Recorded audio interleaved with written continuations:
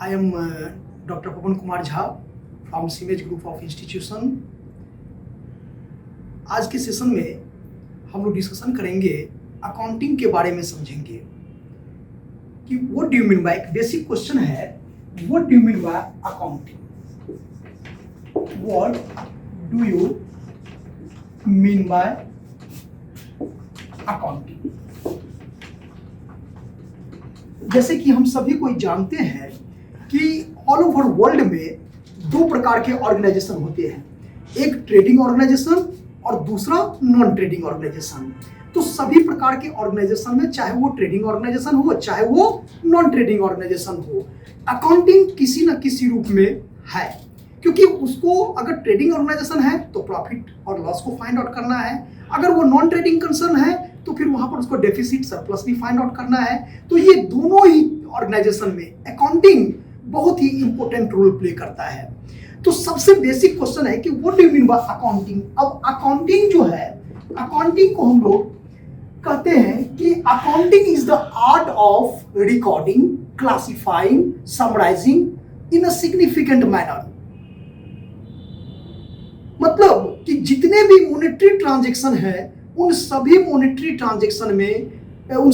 Transaction को business के books में क्या करना, रिकॉर्ड करना। रिकॉर्डिंग मतलब जर्नलाइज करना, जर्नल एंट्री करना। क्लासिफाइंग मींस उस जो रिकॉर्ड किए हुए ट्रांजैक्शन है उसको पार्ट बाय पार्ट में यानी लेजर को प्रिपेयर करना। फिर लेजर के बाद होता है ट्रायल बैलेंस, यानी एक स्टेटमेंट प्रिपेयर करना जिसमें list of debit balance and क्या क्रेडिट बैलेंस, यानी डेबिट बैलेंस और क्रेडिट बैलेंस को उस लिस्ट में शो करना। तो accounting is the art of recording, classifying, summarising in a significant manner and in term of money transaction and event which are in part at least of a financial character। ये करा है क्या कि किसी भी monetary transaction को business के books में रिकॉर्डिंग से लेकर के क्लासिफाइंग, समराइजिंग, ये सभी काम को, मतलब चाहे वो जर्नल एंट्री हो, चाहे वो लेजर हो, चाहे वो ट्रायल बैलेंस हो, इस तरह से करना। और उसके बाद उसके बेसिस पर रिजल्ट को फाइंड आउट करना, result as well as position, जिसको हम लोग फाइनेंशियल स्टेटमेंट के नाम से भी जानते हैं, जिसको हम फाइनल अकाउंट के नाम से भी जानते हैं, वो प्रिपेयर करना। क्योंकि financial statement basically accounting year के एंड में ही वो प्रिपेयर किया जाता है। तो financial statement are those statement which are prepared at the end of the accounting year. It is prepared to know the result as well as position. तो यहां तक जो अकाउंटिंग का है डेफिनेशन है, जिसमें फर्स्ट पॉइंट यहां पर ये कहा गया है कि रिकॉर्डिंग, सेकंड पॉइंट ये कहा गया है कि classifying, third point summarising.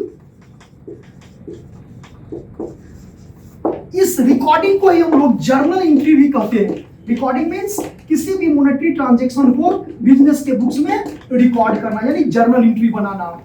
Summarise, ये क्लासिफाइंग मींस लेजर को प्रिपेयर करना, यानी लेजर ये कहता है नॉर्मल, यहाँ पर हालांकि सभी राइटर इनको चैप्टराइज भी किए हैं और उसको चैप्टर में भी आपको बच्चे, आप लोग आगे जब पढ़ोगे तो चैप्टर में भी पढ़ोगे लेजर का। तो इसमें बेसिकली इसका मीनिंग यही होता है कि जो भी आप ट्रांजैक्शन को बिजनेस के बुक्स में रिकॉर्ड किए हैं उसके बेसिस पर उसको अलग अलग पार्ट बाय पार्ट कि किस पर्सन को कितना देना है और किस पर्सन से कितना लेना है, ये मुझे लेजर बताता है। और उसके बाद जैसे ही वो बैलेंस फाइंड आउट हो गया, यानी दो बैलेंस होते हैं, there are two types of balances, debit balance and credit balance. Debit balance means excess of debit over credit, और credit balance excess of credit over क्या, डेबिट। तो इन दोनों बैलेंसेसों को आधार मानते हुए, बेस मानते हुए हम लोग क्या करते हैं, ट्रायल बैलेंस प्रिपेयर करते हैं, जिसको हम लोग समराइजिंग कहते हैं। इसको हम लोग ट्रायल बैलेंस के नाम से जानते हैं। और फिर उसके बाद जैसे ही ट्रायल बैलेंस आपका हो जाएगा तो फिर हम लोग उसके बाद इसको क्या करते हैं, फाइनल अकाउंट यानी फाइनेंशियल स्टेटमेंट प्रिपेयर करते हैं, जिससे मुझे दो चीज का पता चलता है, एक रिजल्ट और दूसरा पोजीशन।